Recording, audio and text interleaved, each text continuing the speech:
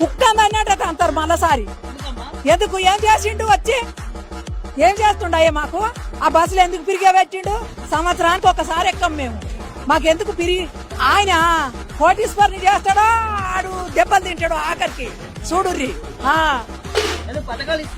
ఏం పథకాలు ఇచ్చిండు? ఏమిచ్చిండు? భూమి ఉంటే పింఛని అది వేస్తానే లేడా? పింఛన్ ఇంతవరకు లేదు మాకెన్నడు. ఒక్క నెల ఇచ్చి బంద్ చేసిండు. ఏమిస్తుండు? ఏమిస్తలేడు.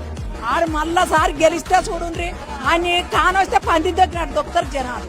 ఎవ్వరు ఊకోరు. చూడు మళ్ళా 10 ఏళ్ళు కాదు, ఈ 5 ఏళ్ళు నిండా చేసే వరకు ఆయనకి ఎన్ని మాటలో చూడు. ఎందుకు? ఏం ముఖ్యమంత్రి ఏం చేసిండు? ఏది పిరిచ్చిండు? ఏడా 1000 రూపాయలు 1100. ఎవరు ఇస్తున్నారు బిడ్డ? ఏడ పిరికంటారంటే పాడైంది ఉందా? ఇది ఎన్నడూ లేదు. బిల్లులు కట్టడే సరిపోతుంది.